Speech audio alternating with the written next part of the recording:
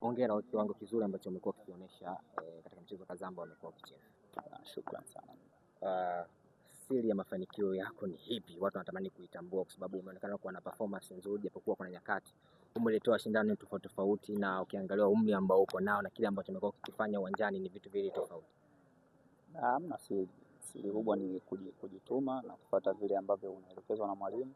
Mazoezini unaenda kufanya kazi kwenye uwanjani. Kwa sasa umekuwa ni icon ya Tanzania, na namba ambao ulikuwa unacheza naye ama namba ambao mnacheza naye yupo ambaye tayari ni legend. Nini taswira yako kwa sasa katika icon ya Tanzania? Nimekuwa icon. Sijui. Tayari. Unaimbwa kaka. Unaimbwa.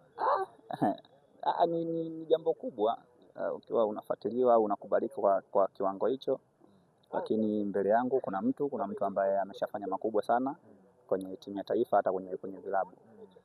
Kwa hiyo mimi kama mchezaji kijana ambaye nakuja, manake ninaendelea kupambana ili na mimi niweze kufika katika level ambazo yupo, au ikiwezekana kama inawezekana kuzipita nipambane basi niweze kuwa bora zaidi.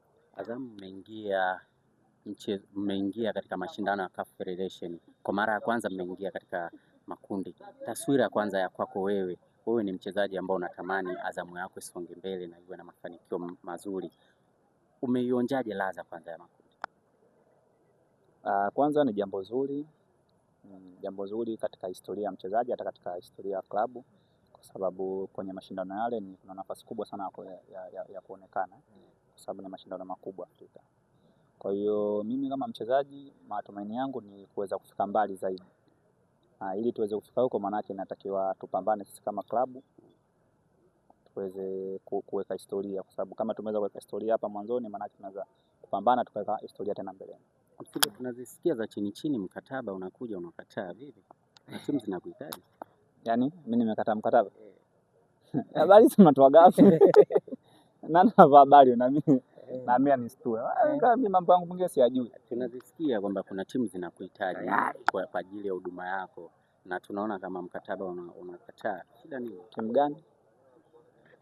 Kuna miamba hivi kutoka katikati ya jiji. Za Tanzania. Tanzania hapa. Zinanihitaji.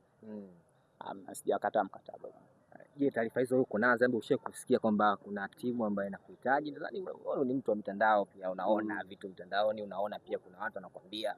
Mimi kama nyie tu wote tunakuwa tunaona. Na ushaona hiyo. Lakini wewe kwa wewe najua ni mchezaji ambao una matarajio makubwa katika ndoto yako. Nini haswa lengo lako? Mimi kama mchezaji manake nina malengo yangu. Haswa lengo langu kubwa sasa kama mimi unatamani sana kupata nafasi ya kwenda kucheza nje. Yaani iko ndo kipaumbele changu kikubwa sana. Ni katika timu gani ambayo huwa inakuvutia ya nje? Labda unatamani siku moja ucheze, labda tukuone ukaibuni timu kama za Misri au Morocco? Popote tu kaka, nitakapoenda nje ya nchi huko nitaenda kupambana. Ila kikubwa kwanza uende kwanza nje. Ujue hamna kitu kigumu kama kutoka Tanzania hasa kwenda Europe. Hamna kitu kigumu kama kutoka Tanzania afu uende Europe moja kwa moja. Inakuwa kucheza yani ni ngumu sana. Ndio maana yani kuna baadhi ya nchi unatakiwa upitie afu ndo kwa labda unaweza ukaenda moja kwa moja. Kwa hiyo unatakiwa upate starter kwanza. Utoke tu kwanza uende nje. Bwana, kumekuwa na challenge ambayo mkifanya wewe na jamaa yako Faisal Salum. Faisal Salum anakuambia kwamba bwana wewe hamna kitu, akili zako mbili, na mwingine anakuambia akili zake mbili, na inaonekana kuwa na ushindani mkubwa. Sasa hivi Tanzania hapa kuna utaratibu pia wa watu ambao wanaandaa promotion za ngumi, kwamba na nyinyi mpo lazima sasa muingie ulingoni kama ndugu yako Dennis Nkane pamoja na Bwana Shomari, wewe na Faisal Salum. Hatutamani kufikia kwenye ngumi. Hiyo ni stage nyingine. Umeona watu siku wanataka kung'oana meno match walivyotoka. Si hatutamani kufikia kwa. Au unamuogopa Faisal? Hapana. Hata wewe mwenyewe hatotamani kufika, kwa sababu kwanza cha kwanza yeye kupigana hawezi. Faisal. Pemba yeye yake maneno ngumi hivi sio mtamu sana. Kwa hiyo yeye atamani, hata mimi pia sitamani kufikia kwenye stage ya kwenda ulingoni. Na anasema kwamba eti Faisal anakufundisha wewe Kiingereza? Hapana. Kiswahili tu kwa juu kuongea vizuri, Kiingereza na wewe akiokoti kitu. Mtamu kwa Kiingereza. Azamu mnarejea katika ligi ya NBC. Nini taswira ya Azam? Mmetoka huku mnaingia kwenye NBC, mnakutana na Singida Black Star ambao mtacheza tarehe 3. Taswira ya Azam sasa ikoje kutokana na michezo miwili pia ambao mmepoteza?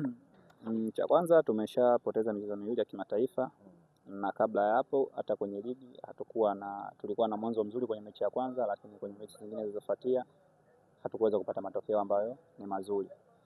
Kwa hiyo kuna ugumu wake kubalance kwenye ligi na mashindano ya kimataifa, lakini sisi kama klabu na sisi kama wachezaji maana yake tumejipanga kufanya vizuri katika mechi ambazo zipo mbele kwetu, kwa sababu litakuwa ni jambo baya sana na jambo la aibu kwamba unafanya vibaya huku kwenye mashindano ya kimataifa na unafanya vibaya kwenye mashindano ya ligi kuu. Kwa hiyo tumejipanga vizuri na tumaini tutapambana, tunaweza kupata matokeo. Kwenye michezo yenu ya kimataifa miwili yote mmepoteza, na sababu watu wanatamani kutambua kama wewe kama mchezaji, kwa kweli unahisi sababu hasa ni ipi ambayo sababisha kupoteza mchezo? Kuna wengine mtaani wanasema kwamba wana pressure kwa mara ya kwanza wameingia katika hatua ya makundi. Kuna wengine wanasema bwana mmezidiwa uwezo, lakini kwa namna ambavyo watu kitazama kikosi chenu inaonekana kikosi ambacho kinaweza kushindana timu nyingine yoyote. Sasa siwezi kusema kwamba tulikuwa tumezidiwa uwezo, hapana, lakini kwenye siku zote kwenye mpira unajua unapofanya makosa ndio mpinzani wako huwa anakuadhibu.